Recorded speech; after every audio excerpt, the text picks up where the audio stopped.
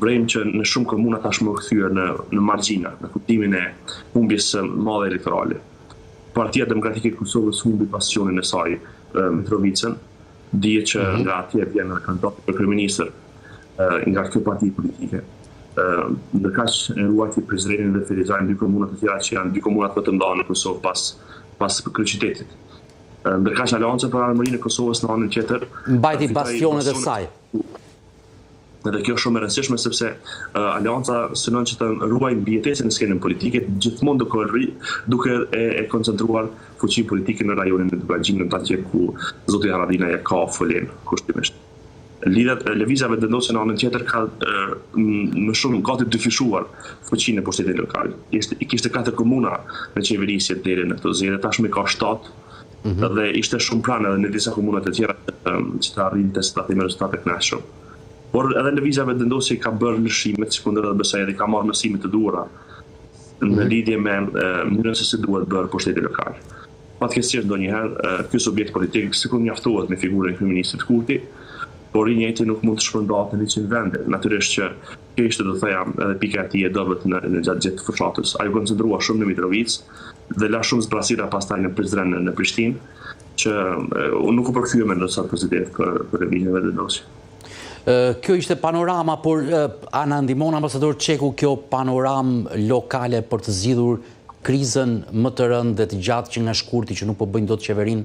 Pra, kur them a e ndihmon, disa aleancat lokale të gjithë me të gjithë u bën bashkë, nga AK-ja me vetvendosjen, PDK-ja me LDK-n sipas terrenit dhe komunave. Mund të jetë ky balotazh për të ndihmuar edhe në një aleancë për të zgjidhur krizën e madhe?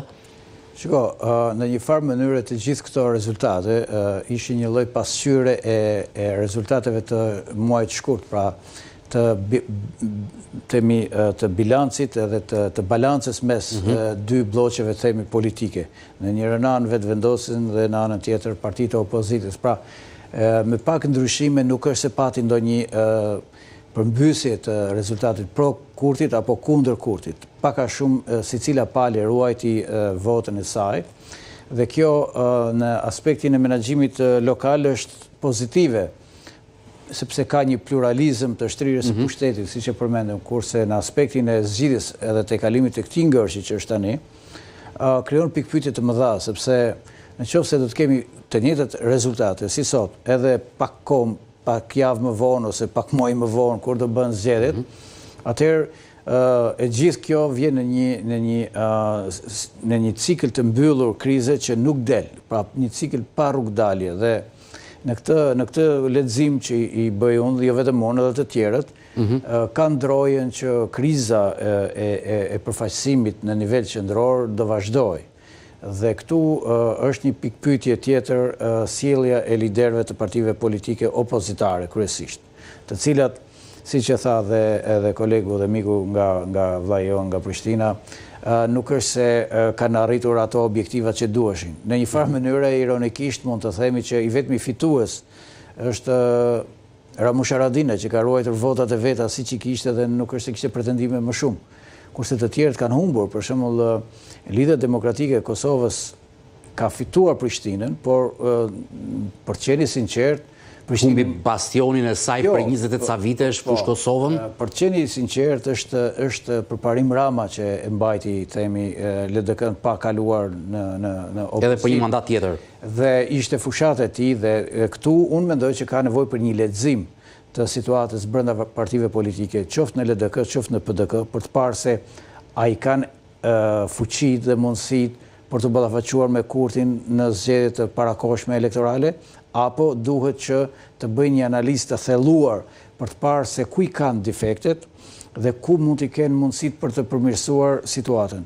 Sepse në anën tjetër, vetvendosja e ka të qartë leadershipin e vetë dhe e ka kandidatin e vetë për kryeministër, zotin Kurti. Dhe zoti Kurti nuk do të ndryshojë dhe nuk ka çfarë ndryshon gjë, sepse në fundit përballë secilës nga këto parti konsiderohet parti fituese.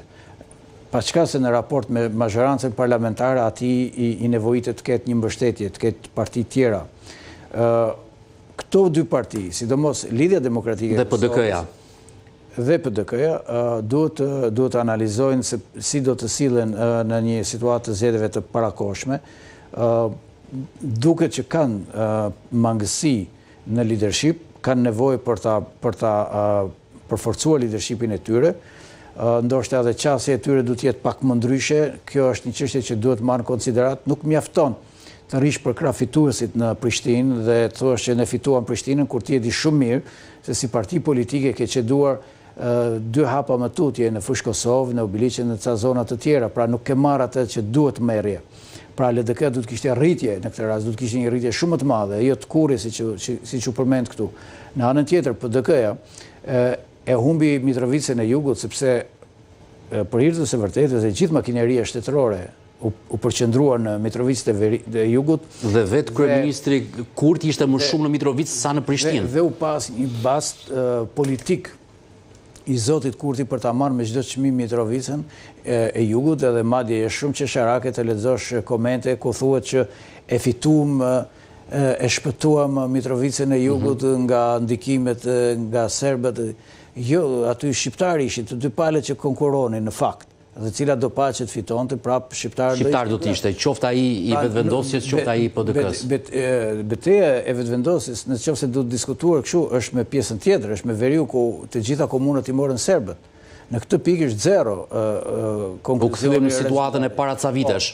Kurse për pjesën tjetër, pastaj kjo është një luftë e pastër politike, natyrisht është e qartë që zoti Kurti e mbajti pushtetin pikërisht për të fituar pushtetin lokal, e ka kuptuar edhe ai tashmë se partitë që fitojnë pushtetin lokal kanë më shumë fuqi edhe për të prodhuar pushtet qendror, pra pushteti lokal dhe parlamentet lokale dhe influencat lokale janë ato që në të cilat mbështetet fuqia politike qendrore.